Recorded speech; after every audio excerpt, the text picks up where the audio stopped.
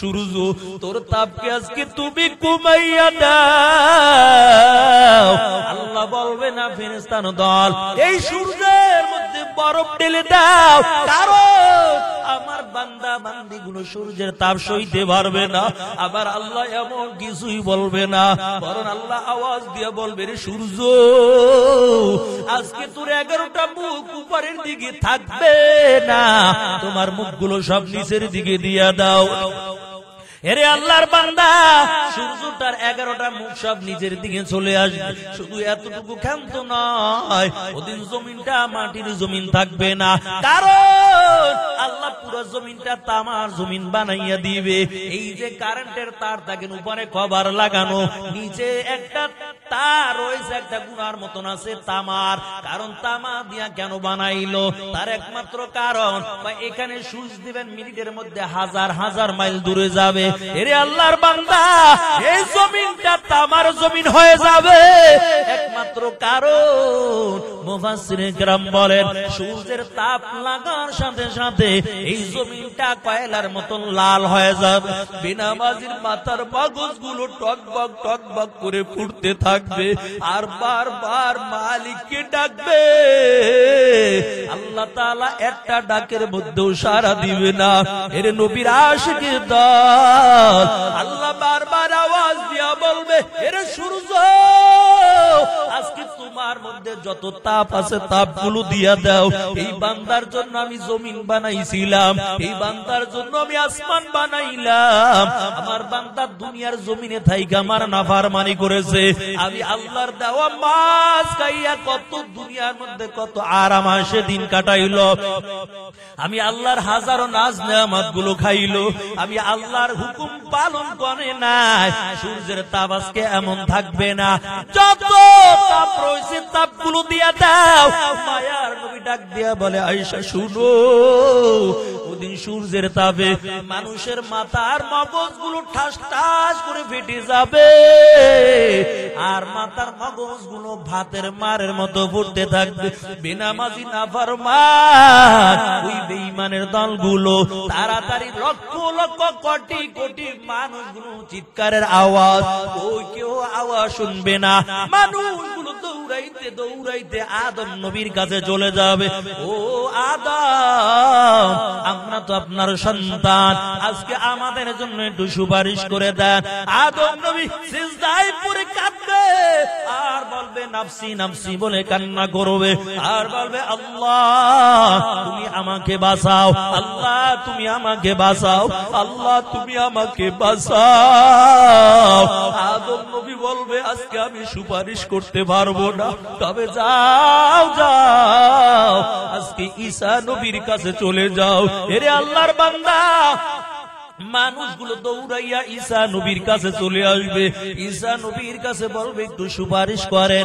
ঈসা নবী সিজদায় পড়ে কাঁদবে আর নাফসি নাফসি বলে কান্না করবে আর বলবে আল্লাহ আজকে তুমি আমাকে বাঁচাও বাঁচাও।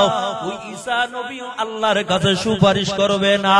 ঈসা নবী বলবে আমার পক্ষে সম্ভব না সুপারিশ করার, তবে যাও যাও তোমরা ইব্রাহিম খলিলুল্লাহর কাছে চলে যাও।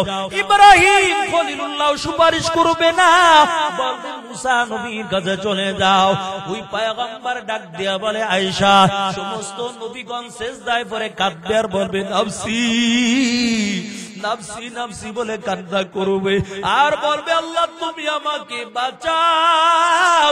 মায়ার নবী বলেন মুসা নবীও কাঁদবে আল্লাহ তুমি আমাকে বাঁচাও। ঈসা নবীও কান্না করবে আল্লাহ তুমি আমাকে বাঁচাও।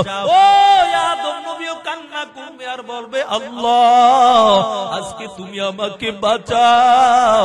ইব্রাহিম খলিলুল্লাহ বলবে আল্লাহ তুমি আমাকে বাঁচাও। একমাত্র আল্লাহ নবী ডাক দেয়া বলে রে আয়েশা তবে শুনে নাও, আমি নবী ওদিন আমি বাঁচার জন্য বলবো না, আল্লাহ তাআলা আমার জন্য একটা জায়গা বানাইয়া রাখছে। ওই যে মাকামে মাহমুদ নামে একটা জায়গা, ওই জায়গার মধ্যে আমি সিজদায় পড়ে কাঁদবো আর বলবো আল্লাহ আজকে তুমি আমার গুনাহগার উম্মতদেরকে বাঁচাও। আয় আল্লাহ তুমি আমার গুনাহগার উম্মতদেরকে আল্লাহ তুমি বাঁচাও। আল্লাহ বলবেন পয়গম্বর আপনি সিজদা থেকে মাথাটা উঠাইয়া দেন। মায়ার নবী সিজদা থেকে মাথা উঠাইবে।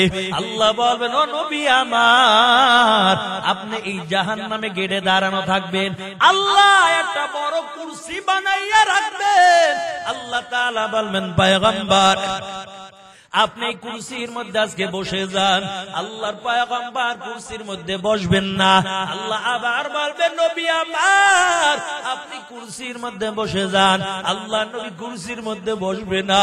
আবার আল্লাহ বলবেন ও নবী আমার আপনি কুরসির মধ্যে আপনি বসে যান। আল্লাহর পয়গম্বর একটা হাত কুরসির মধ্যে রাখবেন। আল্লাহ বলবেন ও নবী আমার কেন আপনি কুরসির মধ্যে বসলেন না? ওই পয়গম্বর ডাক দিয়া বলবে ও দর মালিক আমি জানি এই কুরসি হলো একটা জান্নাতের কুরসি।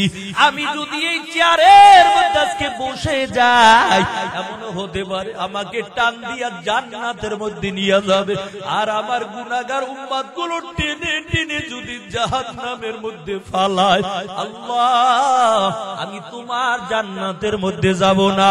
এর নবীর আশিকের দল আল্লাহ বলবেন নবী আমার আপনি জাহান্নামের গেটের মধ্যে দাঁড়াইয়া যান।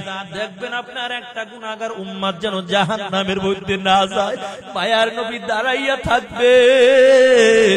আল্লাহর পয়গম্বর দেখবেন কারো চেহারা বানরের মতন, ফেরেশতারা হাতে পায়ের মধ্যে জাহান্নামের শিকল লাগাইয়া টেনে টেনে জাহান্নামের মধ্যে ফালাইয়া দেয়। কারো চেহারা থাকবে কুকুরের মতন। আল্লাহর নবী দেখবেন ওই কুকুরের মতো চেহারা দেখা যায়, টেনে টেনে জাহান্নামের মধ্যে ফালায়। আবার শুনবে কানের মধ্যে কান্নার আওয়াজ, জাহান্নামের মধ্যে চিৎকারের আওয়াজ।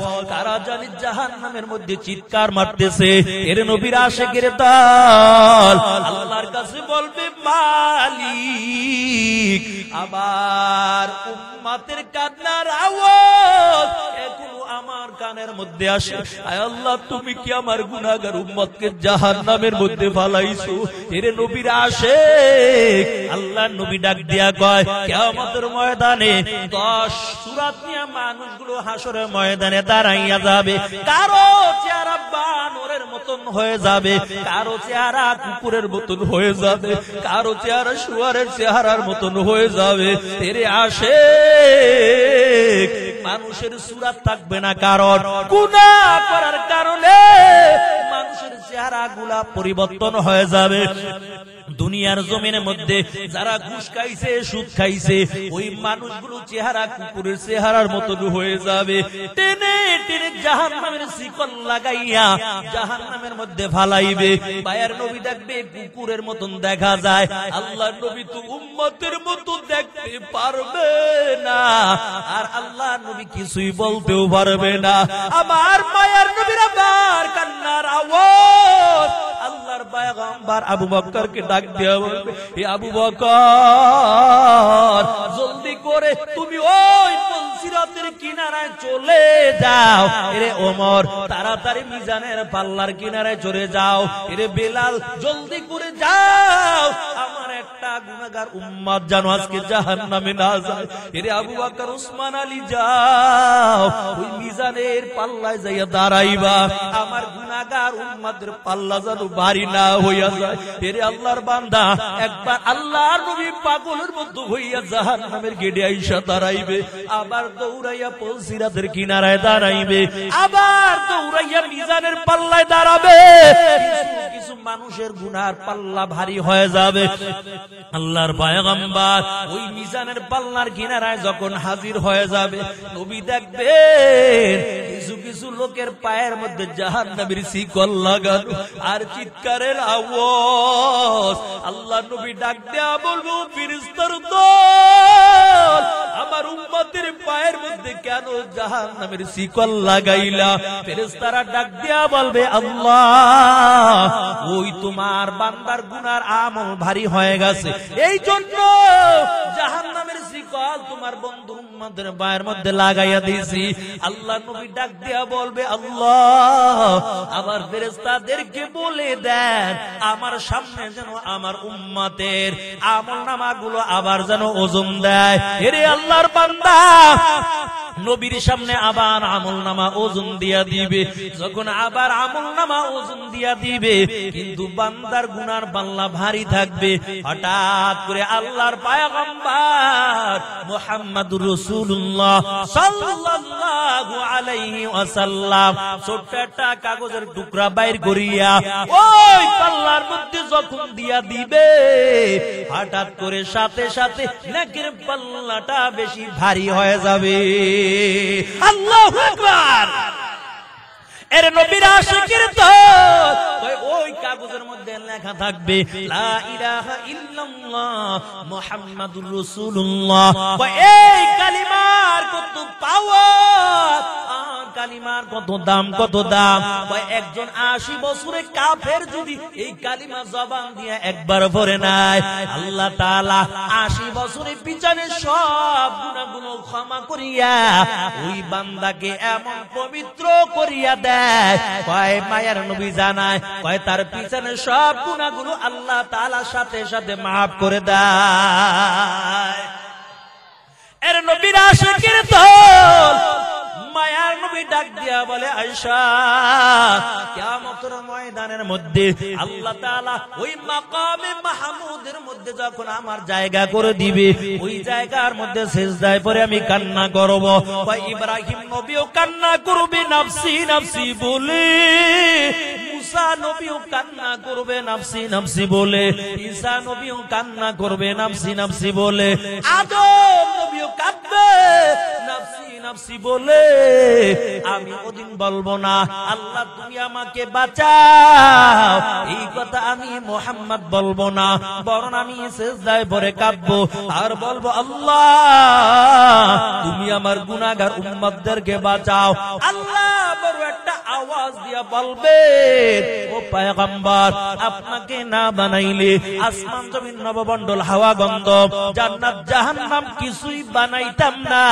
ও নবী আমার, উহুদের ময়দানে আপনাকে আমি কষ্ট কম দেই নাই, ওই তায়েফের ময়দানে আপনাকে আমি কষ্ট কম দেই নাই, ওই আরবের জমিনের মধ্যে আপনাকে আমি কষ্ট কম দেই নাই। ও পয়গম্বর হাসর ময়দানে আজকে আপনার কান্না করা লাগবে না।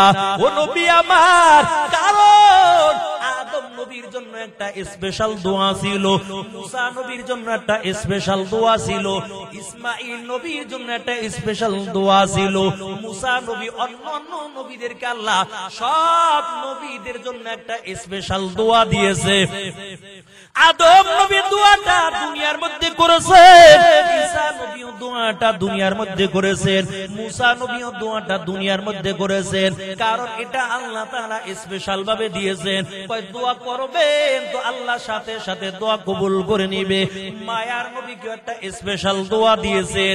আল্লাহর পয়গম্বর তায়েফের ময়দানে যখন কাফের বেঈমানেরা নবীর গায়ের মধ্যে আঘাতটা করলো, জিবরাইল ডাক দেয়া কয় নবী আমার এত কষ্ট দিয়েছে, একটু আল্লাহর কাছে দোয়া করেন। ও স্পেশাল দোয়াটা করেন, আল্লাহ তাআলা দোয়াটা কবুল করে নিবেন। আল্লাহ নবী বলেন না জিবরাইল না, দোয়াটা এখন করব না। ফাতেমার ঘরের মধ্যে যখন খাবার নাই, জিবরাইল আমিন আয়েশা বলে পয়গম্বর ওই স্পেশাল দোয়াটা করেন, এই আরবের পাহাড়গুলো আল্লাহ স্বর্ণ বানাইয়া দিবেন। আল্লাহ নবী ডাক দিয়া কয় না না জিবরাইল, দোয়াটা এখন আমি করব না। এরে আল্লাহর বান্দা, আমার নবীর ঘরের মধ্যে যখন খাবার নাই, একদিন আর 2 দিন না 7 দিন পর্যন্ত না খাইয়া 7টা পাথর আমার নবী পেটের মধ্যে বেঁধে রেখেছে। ওই জিবরাইল আমিন আয়েশা বলে নবী আমার ওই স্পেশাল দোয়াটা এখন আপনি করে দেন। আল্লাহ নবী বলেন না না, ওই দোয়াটা এখন আমি করব না। জিবরাইল ডাক দিয়ে বলে ও পয়গম্বর কেন দোয়াটা এখন করবেন না, এত বারবার আপনাকে বলা হলো, কিন্তু দোয়াটা আপনি দুনিয়ার জমিনে করলেন না। আদম নবী দুনিয়ার জমিনে দোয়া করেছে, আল্লাহ দোয়া কবুল করেছে। মুসা নবী দোয়া করেছে, আল্লাহ দোয়া কবুল করেছে। আপনার স্পেশাল দোয়াটা এখনো কেন করেন না? কেন আমি দোয়াটা এখন করব না? তার একমাত্র কারণ, কিয়ামতের ময়দানে যখন দেখবো আমার গুনাহগার উম্মত জাহান্নামে যাইতেছে, আমি সিজদায় পড়ে কান্না করব, আর স্পেশাল দোয়াটা হাসরের ময়দানে করব, আর মালিককে কিনে কিনে বলবো, আয় আল্লাহ ওই দোয়াটা আজকে হাসরের ময়দানে আমার উম্মতের জন্য করলাম, আয় আল্লাহ ওই দোয়াটা কবুল করিয়া আমার গুনাহগার উম্মতদেরকে আজকে তুমি জান্নাতের ফয়সালা করিয়া দাও। তাহলে আপনারা আমার নবী কত দয়া করেছে। ওই দোয়াটা দুনিয়ার জন্য করে নাই, ওই দোয়াটা নিজের সন্তান ফাতেমার জন্য করে নাই, ওই দোয়াটা আম্মা জান আয়েশার জন্য করে নাই, ওই দোয়াটা খাদিজার জন্য করে নাই। আম্মা জান আয়েশা বলেন, আমি আল্লাহ রাসূল সহ এক বিছানার মধ্যে ঘুমানো ছিলাম, হঠাৎ করে দেখি আমার নবী ঘরে আমার পাশে নাই। নবী কই গেল, নবী কি খোঁজা শুরু করলাম। আমি নজর করে দেখতে পাই মায়ার নবী মসজিদের নববীর মধ্যে ঢুইকা সিজদায় পড়ে আল্লাহর কাছে কান্নাকাটি করতেছে, আবার হাত দুইটা আসমানের দিকে বাড়ায়। আল্লাহর নবী ছোট ছোট আওয়াজ দিয়ে কার জন্য জানি দোয়া করতেছে। আম্মা জান আয়েশা মনে মনে ভাবলো, নবী না জানি আমার জন্য দোয়া করে। আম্মা জান আয়েশা বলে, নবী আমাকে দেখতে পায় নাই, কিন্তু আস্তে করে আমি নবীর পিছনে গেলাম, আমি নবীর পিছনে আস্তে করে দাঁড়াইয়া রইলাম, কারণ আমি দেখবো কার জন্য মায়ার নবী দোয়াটা করতেছে। হঠাৎ করে আমার কানের মধ্যে একটা আওয়াজ, আল্লাহ নবী দোয়া করতেছে উম্মতের জন্য, আয় আল্লাহ তুমি আমার উম্মতদেরকে বাঁচাও, আমার গুনাহগার উম্মতদেরকে আল্লাহ মাফ করে দাও।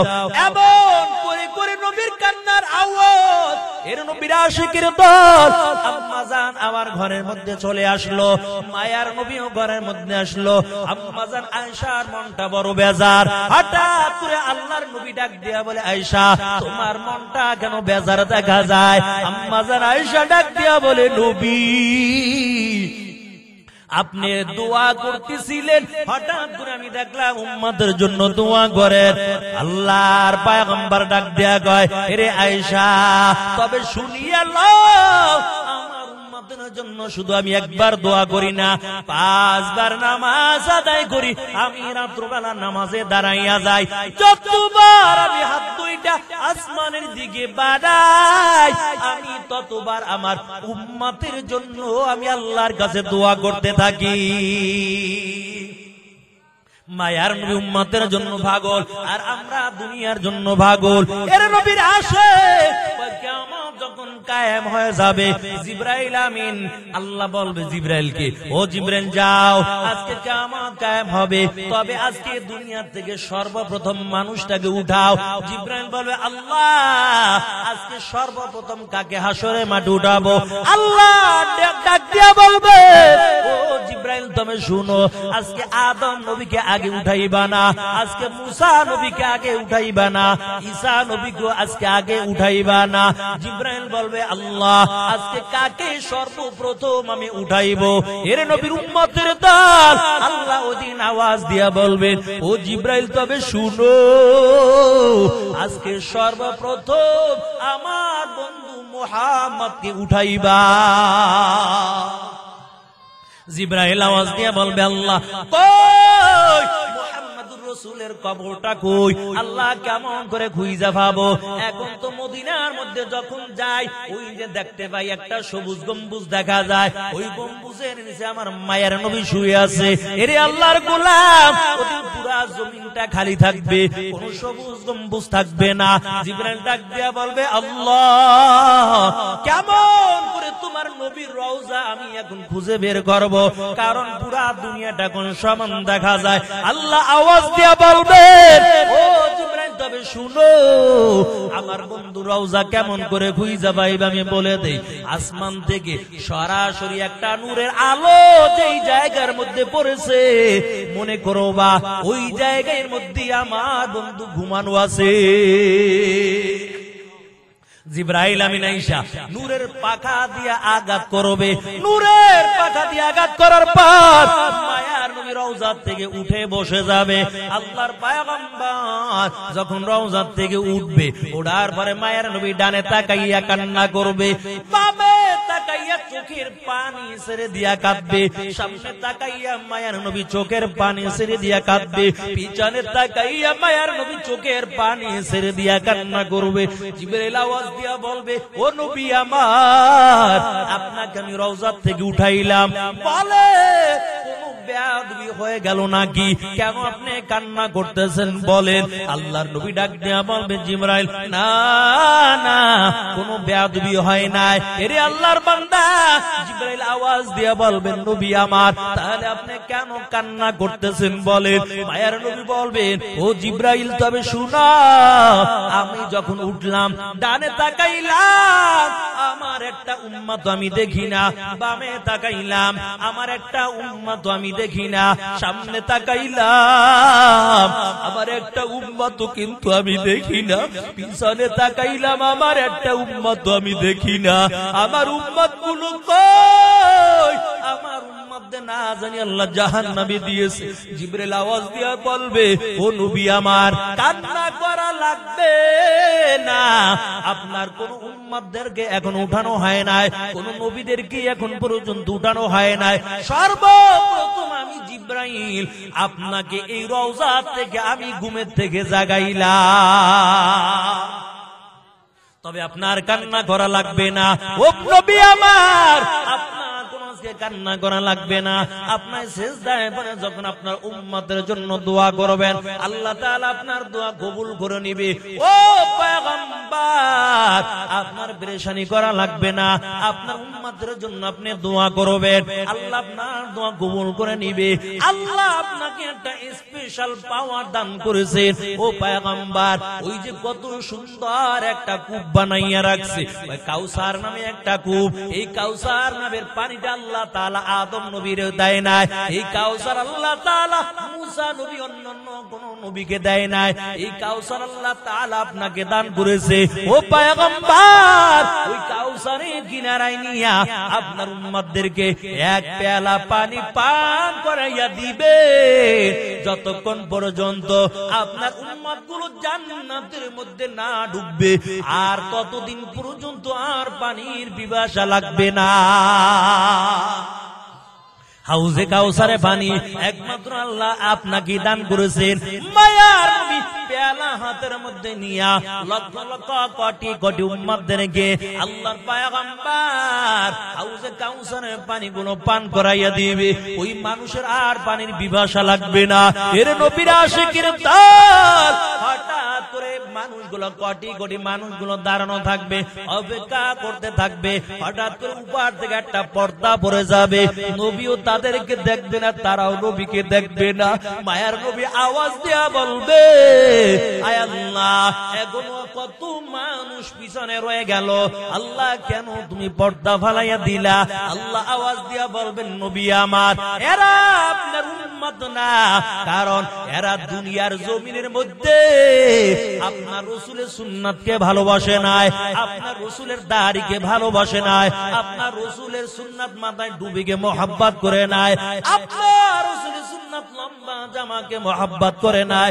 আপনার রাসূলের উম্মত, আপনার উম্মত গুলো দুনিয়ার জমিনের মধ্যে আপনি যাদেরকে ওয়ারিস বলেছেন, আল উলামা ওয়ারাসাতুল আম্বিয়া, উলামায়ে কিরামকে মহব্বত করে নাই, উলামায়ে কিরামের সঙ্গে বেয়াদবি করেছে, কুরআন ওয়ালাদের ওলামাদের সঙ্গে গাদ্দারি করেছে, এরা আজকে হাউজে কাউসারের পানি পাবে না, এরা আজকে হাউজে কাউসারের পানি তাদের নসিব হবে না।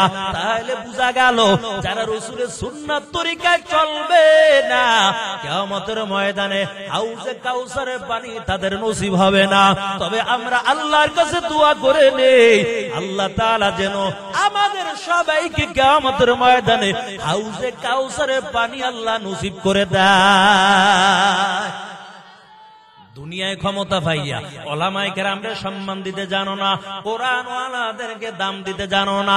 দুনিয়া জমিনে দেখছো যারা ওলামায়ে কেরামের সঙ্গে বেয়াদবি করেছে, আল্লাহ দুনিয়ার জমিনে তাদের লাঞ্ছিত করেছে, আল্লাহ দুনিয়ার জমিনের মধ্যে তাদের অপমান করেছে।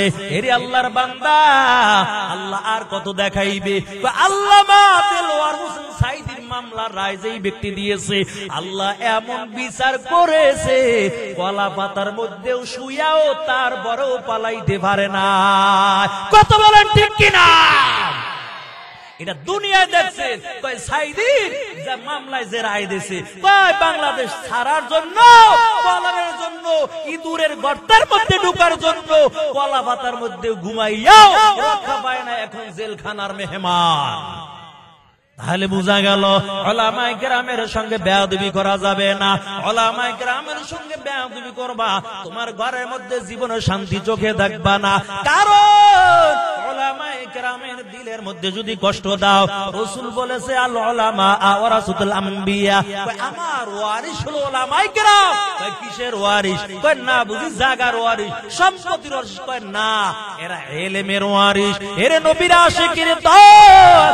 এই জন্য সুন্নাত ওয়ালাদেরকে মহব্বত করব, দাড়ি পাকা মুরাব্বিদেরকে দেখলে মহব্বত করব, আল্লাহর কাটি নামাজি বান্দাদেরকে দেখার পর দিল দিয়ে তাদেরকে ভালোবাসবো।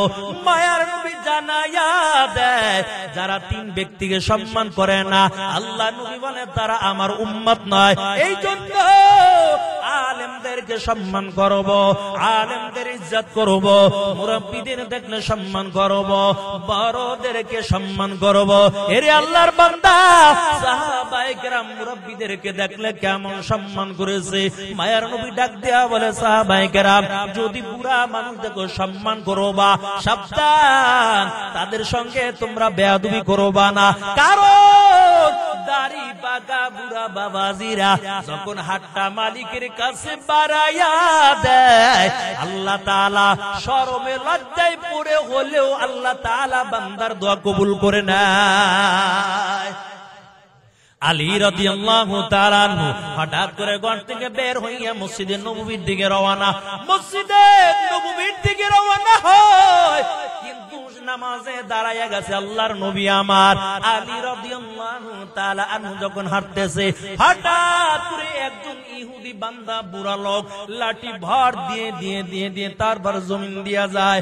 আলী রাদিয়াল্লাহু তাআলা আনহু চিন্তা করলেন, মায়া নবী বলেছেন মুরাব্বিদের সম্মান করার জন্য, আমি যদি এখন তাকে অতিক্রম করে সামনে যাই, না জানি বড় বেয়াদবি হয়ে যাবে। কি করব? আমার একটু সামনে আগায় আবার পিছে দাঁড়ায়, ওদিক থেকে নামাজে দাঁড়িয়ে গেল, না জানি এখন আমি জামাত পাবো না। আবার আল্লাহ নবী বলেছে মুরাব্বিদের সম্মান করার জন্য। তবে বড় চিন্তার মধ্যে পড়ে গেল, সামনে একটু আগায় আবার পিছনে যায়, তারপর মুরাব্বিদের অতিক্রম করে সামনে যায় না। কিন্তু এমন করে করে করে করে সময়টা পার করতেছে, আলী রাদিয়াল্লাহু তাআলা আনহুর দিলের মধ্যে পেরেশানি বেড়ে যায়। হায় রে, জামাত দাঁড়িয়ে গেছে, জামাতের সময় হয়ে গেছে। মায়ার নবী তো তাকবীরে তাহরিমা বেঁধে হাত বাইদা ফালাইছে, এখন বুঝি আমি প্রথম রাকাত পাবো না। আল্লাহর পয়গম্বর যখন তাকবীরে তাহরিমা বলে যখন নামাজটা শুরু করে দিল, আলী তো আস্তে আস্তে করে হাঁটতেছে। জিবরাইল আমিন নামাজ অবস্থায় আয়েশা নবীর কানে বইলা যায়, ও পয়গম্বর, আজকে আলী এমন একটা কাম করেছে, এমন একটা সম্মান দেখাইতেছে, মুরাব্বিদের জন্য এমন একটা সম্মান দেখাইতেছে, আল্লাহর কাছে আমলটা বড় পছন্দ হয়ে গেছে। আজকে আপনি নামাজের কেরা ছোট করবেন না, আলী যেন আয়েশা প্রথম রাকাতে আপনাকে পায়, এই জন্য আজকে আপনি নামাজের কেরাত একটু লম্বা করে দেন। আর আমরা মুরাব্বিদের দেখলে কি কই, দোকানে বইয়া রইছি, কয় ছোট ছোট ভোলা হন, আরে যুবক ভাই বাপের সমান লোকটা বইয়া রইছে, দাড়ি বাঁকা মুরাব্বি বইয়া রইছে, এর সামনে বইয়া সিগারেটটা ধরাইয়া এবার ডান হাত দিয়া সিগারেট খায় আর বাম হাত দিয়া চায়ের কাপের মধ্যে আস্তে মুখ দেয়। যেটা খাওয়া নিষেধ ওইটা ডান হাত দিয়ে খায়, আর হালাল জিনিসটারে বাম হাত দিয়ে খায়। আপনাদের দেশের মানুষ ভালো, এদিকে মনে এমন ঘটনা ঘটে না? কি কোন ঘটে? কি দেশ আছে এর নবীর আশিকের দল। ও যুবক ভাই, হাতে ধরে বলে যাই, পা ধরে বলে যাই, আলেমদের সম্মান করবা, মুরাব্বিদেরকে দেখলে সম্মান করবা, ছোটদেরকে দেখলে স্নেহ করবা। অল্প আমল যদি হয়, এমন হতে পারে ছোট্ট একটা আমলের কারণে কিয়ামতের ময়দানে আল্লাহ 10 দুনিয়ার সমান একটা জান্নাতের মালিক আল্লাহ বানাইয়া দিবে। हर के दारत हौबे हकदार दिल मादाम जन्नतुल मावाद हदूरा मकाम बेहश्त आजा के आजारे नबाशात कसेरा बाकासे कारे नबाशात। এর নবীর উম্মতের দল, তবে হেদায়েত সবার কপালে আসবে না, আল্লাহ সবাইকে হেদায়েত দান করবে না। আল্লাহ যাকে পছন্দ করবে তাকে আল্লাহ তাআলা হেদায়েতের মালাটা পরাইয়া দিবে। কত বেঈমানের আল্লাহ হেদায়েতের মালাটা পরাইয়া দিয়েছে। কত শত শত মাইল দূর থেকে কালো বেলাল আইসা নবীর চেহারার দিকে তাকাইছে, তো কালিমা পয়রা মুসলমান হয়ে গেছে। আর নবীর চাচা আবু তালেব হেদায়েত পায় নাই, নবীর চাচা আবু জাহেল হেদায়েত পায় নাই। আবু তালেব যখন দুনিয়ার থেকে বিদায় হয়ে যাবে, আল্লাহর নবী ডাক দেয়া কয়, চাচা যান একটু কালিমা পয়রা নেন। কয় না না, এটা পারবো না। আবার মায়ার নবী ডাক দেয়া বলে, ও চাচা যান, কেউ জানবে না, আপনি আমার সঙ্গে মুখটা লাগাইয়া লা ইলাহা ইল্লাল্লাহ মুহাম্মাদুর রাসূলুল্লাহ আপনি কালিমাটা পড়ে নেন। শুধু এই কালিমাটা আপনি পড়বেন, কিয়ামতের ময়দানে আমি নবী শাফাআত করে করে আপনাকে আমি জান্নাতের মেহমান বানায়া দিব। আবু তালেব কয় না না ভাতিজাটা পারবো না, কারণ আমার বড় ক্ষমতা ছিল, আমার বড় দাপট ছিল, না না এটা পারবো না। আল্লাহর নবীর দিলের মধ্যে চায় চাচা কালিমা পড়ে মুসলমান হয়ে যায়। আল্লাহ কোরআনের আয়াত নাযিল করিয়া দেয়। আল্লাহ তাআলা বলেন, ও পয়গম্বর, আপনি যাকে মোহাব্বত করবেন তাকে হেদায়েত দিতে পারবেন না, কারণ হেদায়েতের মালিক হলাম আমি আল্লাহ। আমি আল্লাহ যাকে মোহাব্বত করব, আমি আল্লাহ একমাত্র তাকে হেদায়েতের মালাটা পরাইয়া দিব। এই জন্য হেদায়েত চাইতে হইবে কার কাছে? কথা কয় না, কার কাছে যাবে হেদায়েত? আল্লাহর কাছে যাব। হাত দুইটা যখন মালিকের কাছে বানাইব, আল্লাহর কাছে দোয়া করব, আল্লাহ তুমি হেদায়েতের মালাটা পরাইয়া দাও। আমি বড় গুনাহগার, আমার মতন নাফরমান কেউ নাই, কেউ নাই। আয় আল্লাহ তুমি আমার জীবনে গুনাহ maaf করে দাও। আল্লাহ দুনিয়াবাসী সকলের গুনাহ maaf করে দাও। আল্লাহ হেদায়েতের মালাটা পরাইয়া দাও। আমল করে করে যদি আল্লাহর কাছে দোয়া করে নেই, আল্লাহ তাআলা বান্দার দোয়া কবুল করিয়া ওই বান্দাকে আল্লাহ তাআলা হেদায়েতের মালা পরাইয়া দিবেন। কয় ছোট্ট বালক জুনায়েদ বাগদাদী রাহমাতুল্লাহ আলাইহি, একজন ছোট্ট বালক, খ্রিস্টান যুবকের সঙ্গে তার ভালো বড় সম্পর্ক ছিল। একদিন খ্রিস্টান যুবক জুনায়েদ বাগদাদীর কাছে আইসা আবার তাড়াতাড়ি যাওয়ার জন্য বড় ব্যস্ত হয়ে গেল। ওই ছোট্ট বালক জুনায়েদ বাগদাদী ডাক দিয়া কয়, ও খ্রিস্টান যুবক, তুমি আসলে আবার তাড়াতাড়ি যাওয়ার জন্য কেন ব্যস্ত হয়ে গেছো? ওই খ্রিস্টান যুবক ডাক দিয়া কয়, ও জুনায়েদ, তবে শুনো, তোমাদের যেমন মুসলমানদের ধর্মীয় অনুষ্ঠান হয়, আমাদের খ্রিস্টানদের তেমন একটা অনুষ্ঠান হবে। এই জায়গার মধ্যে আমার হাজির থাকতে হবে, কারণ এই অনুষ্ঠান একবার বছরে হয়। এটা আমাদের খ্রিস্টান পাদ্রী ওই জায়গার মধ্যে হাজির থাকবেন, আর একটা উপদেশ দিবে, আমরা সারা বছর মেনে নিব। ছোট্ট বালক জুনায়েদ বাগদাদী কয়, আমি তোমার সঙ্গে ওই জায়গার মধ্যে যেতে চাই। খ্রিস্টান যুবক ডাক দিয়া বলে, ও মুসলমান মুসলমানের সন্তান, না না, ওই জায়গার মধ্যে তুমি যেতে পারবা না, কারণ ওই জায়গার মধ্যে কোন মুসলমানের সন্তান যেতে পারে না। যদি কোন মুসলমান সন্তানকে পায় তাকে বন্দী করে রাখে। জুনায়েদ বাগদাদি কয়, আমাকে নিয়ে তোমার কোনো চিন্তা করা লাগবে না, কারণ মুসলমানের কোনো ভয় নাই। মুসলমান ভালো করে জানে, যদিও মুসলমানের দুনিয়ার জমিনে কেউ নাই, তবে মুসলমানের সঙ্গে আল্লাহ আছে।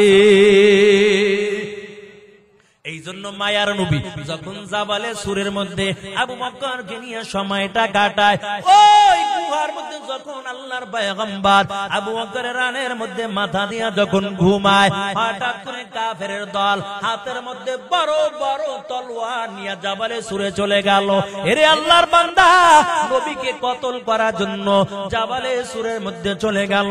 আল্লাহর পয়গম্বর ওই জাবালে সুরের গুহার মধ্যে ঢুকে গেল। হঠাৎ করে মাকড়সা আইসা পুরা গুহার মুখটা আস্তে করে বাসা বাইরা দেয়, আবার একটু পর আইসা কবুতর ওই মুখের মধ্যে একটা সুন্দর বাসা বাইরা দেয়। এরে আল্লাহর বান্দা, ওই মাকড়সা হইয়া মায়ের নবীকে চিনল। যখন কাফেরের দল ওই জাবালে সুরে উঠা গেল, আবু বকর ডাক দিয়া কয়, নবী আমার, ওই যে কাফেরের পা গুলো দেখা যায়, যদি একটা বার তাকায় ও পয়গম্বর, ওই কাফের আমাদেরকে দেখে ফেলবে, আমাদের কতল কইরা দিবে। আল্লাহর নবী ডাক দিয়া কয়, ও আবু বকর, কোনো চিন্তা করা লাগবে না, আমরা এই গুহার মধ্যে দুইজন না, আমাদের সঙ্গে আল্লাহ আছে। আবু বকরকে রাসূল জানাইয়া দিলেন, আমাদের কোনো চিন্তা করা লাগবে না, কারণ আমাদের সঙ্গে আল্লাহ আছে, আল্লাহ আমাদের সাহায্য করবে। মুমিন বান্দার দিলের মধ্যে এমন খেয়াল থাকবে, দুনিয়ার কোন মানুষের সাহায্য লাগবে না, আমার সাহায্যকারী একমাত্র আল্লাহ। আল্লাহ যদি একটু কুদরতি নজরটা দিয়ে একটু তাকায়, দুনিয়ার সব মানুষগুলো একত্রিত হইয়া ওই বান্দার সামান্য পরিমাণ ক্ষতিও করতে পারবে না। সাহায্য চাইতে হইব কার কাছে? আল্লাহর কাছে। জাকারিয়া পয়গম্বর যখন জমিন দিয়া দ্বীনের দাওয়াত দেয়, ওই কাফের বেঈমানের দল জাকারিয়া নবীকে মারার জন্য ধাওয়া করলো, কারণ জাকারিয়া নবীকে কতল করে দিবে। জাকারিয়া নবীও সামনের দিকে দৌড় শুরু করছে, আর বাঁচতে পারে না, কোথায় যাবে। হঠাৎ করে সামনে বড় একটা গাছ পড়ে গেল, আর পিছনে কাফের মুশরিক বেঈমানের দল। জাকারিয়া নবী বাঁচার জন্য গাছটাকে বলে, এরে গাছ তুমি ভাগ হয়ে যাও, আমি তোমার মধ্যে ঢুকে যাব, আমাকে সাহায্য করো। গাছটা দুই দিকে ভাগ হয়ে গেল, জাকারিয়া নবী ভিতরে ঢুকে গেল। তবে ভিতরে ঢুকছে এখনো পুরাপুরি, যদিও ভিতরে ঢুকে যায় কিন্তু একটু কাপড় বের হইয়া রইছে। কাফের দলাইয়া খুঁজতেছে, কই জাকারিয়ার খুঁজা পায় না। মিস্টার ইবলিস কয়, এই কারে খুঁজতেছো? কয় জাকারিয়ারে। কয় খুঁজা পাও না? কয় না না, খুঁজা পাই না। 7 মিনিট না? আচ্ছা, 7 মিনিট বাকি আছে ইনশাআল্লাহ। কই খুঁজে আর ভাই না। যাই হোক, তারপরে জুনায়েদ বাগদাদির দিকে চইলা যায়। এর নবীর উম্মতের দল ওদিক থেকে জুনায়েদ বাগদাদিকে ডাক দিয়া কয়, ও জুনায়েদ, তবে শুনিয়া আল্লাহ, ওই জায়গায় কোনো মুসলমানের সন্তান যেতে পারে না। যদি কোনো মুসলমানের সন্তান যায়, তাকে বন্দী করে শাস্তির ব্যবস্থা করে দেয়। জুনায়েদ বাগদাদিও ডাক দিয়া বলে, ও খ্রিস্টান যুবক, তবে আমাকে নিয়ে কোনো চিন্তা করা লাগবে না, কারণ মুসলমানের যদিও দুনিয়ার জমিনের মধ্যে কেউ নাই, তবে মুসলমানের সঙ্গে আল্লাহ আছে। রে আল্লাহর বান্দা, খ্রিস্টান যুবক চলে গেল, জুনায়েদ বাগদাদিও মজলিসের মধ্যে চলে গেল। লক্ষ লক্ষ শ্রোতার দল আর খ্রিস্টান পাদ্রী বড় সিংহাসনের মধ্যে বসে গেল। জুনায়েদ বাগদাদি ছোট্ট বালক ওই ময়দানে এক কোণার মধ্যে বসে গেল। খ্রিস্টান পাদ্রী দামি সিংহাসনের মধ্যে বসার পর জবান দিয়া কথা বলবে, উপদেশ দিবে, কিন্তু জিহ্বা নাড়ায়, ঠোঁটটা নাড়ায়, জবান দিয়া কথা বের হয় না।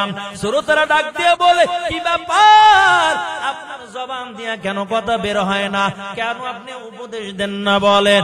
ওই খ্রিস্টান পাদ্রী ডাক দিয়া বলে, কেমন করে আমি উপদেশ দিব? কারণ আমিও কথা বলতে চাই, কিন্তু কথা বলতে পারি না। তার একমাত্র কারণ এই মজলিসের মধ্যে একজন মুসলমানের সন্তান আছে। এরে আল্লাহর বান্দা, শ্রোতারা কই একটু দেখাইয়া দেন, তাকে বন্দী করে আমরা শাস্তির ব্যবস্থা করব।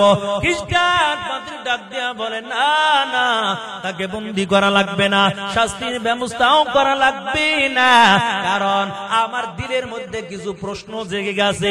তবে আমার মনে হয় এটা সাধারণ কোন মানুষ না, এটা খাঁটি একজন মুসলমানের সন্তান হবে। আর আমার প্রশ্নের উত্তর খাঁটি মুসলমান ছাড়া দিতে পারবে না। এরে আল্লাহর বান্দা, খ্রিস্টান পাদ্রী ডাক দিয়া কয়, তাকে আমার কাছে হাজির করে দাও। জুনায়েদ বাগদাদীকে খ্রিস্টান পাদ্রীর কাছে হাজির করা হলো। খ্রিস্টান পাদ্রী ডাক দিয়া বলে, ও মুসলমানের সন্তান, বলো এই জায়গার মধ্যে তুমি কেন হাজির হইছো? এটা তো কোনো মুসলমানের জায়গা না। ছোট্ট বালক জুনায়েদ বাগদাদী বলে, আমিও জানি, তবে একটা দাওয়াত দেওয়ার জন্য হাজির হয়ে গেলাম। ইন্নাদ-দীনা ইনদাল্লাহিল ইসলাম, আল্লাহর কাছে একমাত্র মনোনীত ধর্ম হল ইসলাম।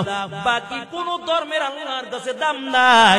আপনারাও কালিমা পড়ে মুসলমান হয়ে যান, দুনিয়াও শান্তি, পরকালেও মুক্তি পাইয়া আল্লাহর জান্নাতের মেহমান হয়ে যাবেন। কত বড় সাহস! যেই জায়গায় হাজার হাজার খ্রিস্টান শ্রোতার দল। এরে আল্লাহর বান্দা, ওদিক থেকে খ্রিস্টান পাদ্রী ডাক দিয়া কয়, ও মুসলমানের সন্তান, তবে তোমাদের উলামায়ে কেরামদের হাজির করো, আমি 5টা প্রশ্ন করব। কোরআন হাদিস দিয়া যদি উত্তর দাও, আমি আর দেরি করব না। আমাদের শ্রোতাদেরকে রাইখা আমি সাথে সাথে কালিমা পড়ে মুসলমান হয়ে যাব। এরে আল্লাহর বান্দা, জুনায়েদ ছোট্ট বালক সন্তান শত শত উলামায়ে কেরামদেরকে হাজির করে দিল। এক পাশে শত শত উলামায়ে কেরাম, আর এক পাশে হাজার হাজার খ্রিস্টান শ্রোতার দল। বড় সিংহাসন সাজাইয়া ওই সিংহাসনের মধ্যে খ্রিস্টান পাদ্রী বসে গেল। ডাক দিয়া বলে, ও মুসলমান উলামায়ে কেরাম, শুনো, আমি 5টা প্রশ্ন করব। যদি উত্তর দিতে পারো, আমি দেরি করব না, কালিমাটা পড়ে নিব। আর যদি উত্তর সঠিক না হয়, আমি তোমাদের বন্দী করে শাস্তির ব্যবস্থা করে দিব। এরে আল্লাহর বান্দা, সমস্ত উলামায়ে কেরাম একমত হয়ে গেল। কারণ মুসলমান তো জানে মুসলমানের বিজয় দান করবে একমাত্র আল্লাহ। সব মুসলমান রাজি হয়ে গেল। খ্রিস্টান পাদ্রী দামি সিংহাসনের মধ্যে বসে গেল। 1 নম্বর ডাক দেয়া বলে, ও মুসলমান উলামায়ে কেরাম, বলো আল্লাহ এখন কি করে? 2 নম্বরে বলো আল্লাহ কোন দিকে তাকানো? 3 নম্বরে বলো কোন জায়গার মধ্যে সূর্যের আলো একবার পড়েছে আর কিয়ামতের আগে সূর্যের আলোটা পড়বে না? 4 নম্বরে বলো কোন কয়েদখানা, যেই কয়েদখানার মধ্যে কোনো আলো নাই, যেই কয়েদখানার মধ্যে কোনো বাতাস নাই, কোনো অক্সিজেনের ব্যবস্থা নাই। তারপর আল্লাহ কয় দিকে জিন্দা রেখেছেন? 5 নম্বরে বলো কোন কবর, যে কবর জিন্দা ছিল, কবরের মধ্যে বাসিন্দাও ছিল জিন্দা, আমার জিন্দা কবরটা চলাফেরা করেছে। এই 5টা প্রশ্নের উত্তর দাও। সব উলামায়ে কেরাম মাথা নিচে দিয়া বসে আছে। কেমন করে বলবো আল্লাহ এখন কি করে? কেমন করে বলবো আল্লাহ কোন দিকে তাকানো? কেমন করে বলবো কোন জায়গায় সূর্যের আলো একবার পড়েছে? কেমন করে বলবো কোন কবর জিন্দা ছিল? সব উলামায়ে কেরাম চিন্তার মধ্যে পড়ে গেল। তবে দিলটা লাগাইয়া মালিকের কাছে দোয়া করতেছে আর বলে, আল্লাহ যুগে যুগে মুসলমানে বিজয় দান করেছো, আমরাও ইতিহাস বলে জানলাম আল্লাহ যুগে যুগে বিজয়ের মালা পরাইছো, তবে আমাদের দোয়া কবুল করে নাও। আর আজকেও তুমি মুসলমানে বিজয়ের মালাটা পরাইয়া দাও। এমন করে করে যখন দোয়া শুরু করলো, হঠাৎ করে ছোট্ট বালক জুনায়েদ বাগদাদী দাঁড়াইয়া বলে, ও মুসলমান উলামায়ে কেরাম, শুনো, তোমাদের কোনো চিন্তা করা লাগবে না। কারণ এই খ্রিস্টান পাদ্রীর 5টা প্রশ্ন উত্তর দেওয়ার জন্য আমি ছোট্ট বালক জুনায়েদ একাই দাঁড়াইয়া গেলাম, আমি একাই যথেষ্ট। সবাই বড় অবাক হয়ে গেল, কি ব্যাপার, এই ছোট্ট বালক কেমন করে উত্তর দিবে? খ্রিস্টান পাদ্রী কাছে ডাকলো, আসো দেখি কেমন করে উত্তর দাও। কাছে আইসা যখন দাঁড় করাইয়ে দিল, তার হইয়া জুনায়েদ বাগদাদি বলে, ও খ্রিস্টান পাদ্রী, আপনার 5টা প্রশ্নের উত্তর আমি দিব, তবে আমি একটা কথা বলতে চাই। কি কথা? আমি জানতে চাই যে প্রশ্ন করে সে বড় না যে উত্তর দেয় সে বড়? খ্রিস্টান পাদ্রী বলে, যে প্রশ্নের উত্তর দেয় সেই তো বড়। তাহলে আপনি সিংহাসন থেকে নেমে যান, আমি সিংহাসনে বসে আপনার প্রশ্নের উত্তর দিয়া দিব। খ্রিস্টান পাদ্রী দামি সিংহাসন থেকে নিচে নেমে গেল। ওই ছোট্ট বালক জুনায়েদ বাগদাদি দামি সিংহাসনে বইসা ডাক দিয়া বলে, ও খ্রিস্টান শুনো তার দল, তোমাদের 1 নাম্বার প্রশ্ন ছিল আল্লাহ এখন কি করে? আমার আল্লাহ এখন এই কাজটাই করেছে। তোমার মতো খ্রিস্টান পাদ্রীকে দামি সিংহাসন থেকে নামাইয়া আমার মতন মুসলমান ছোট্ট বালক সন্তানকে আল্লাহ এখন এই দামি সিংহাসনের মধ্যে বসিয়ে দিয়েছে।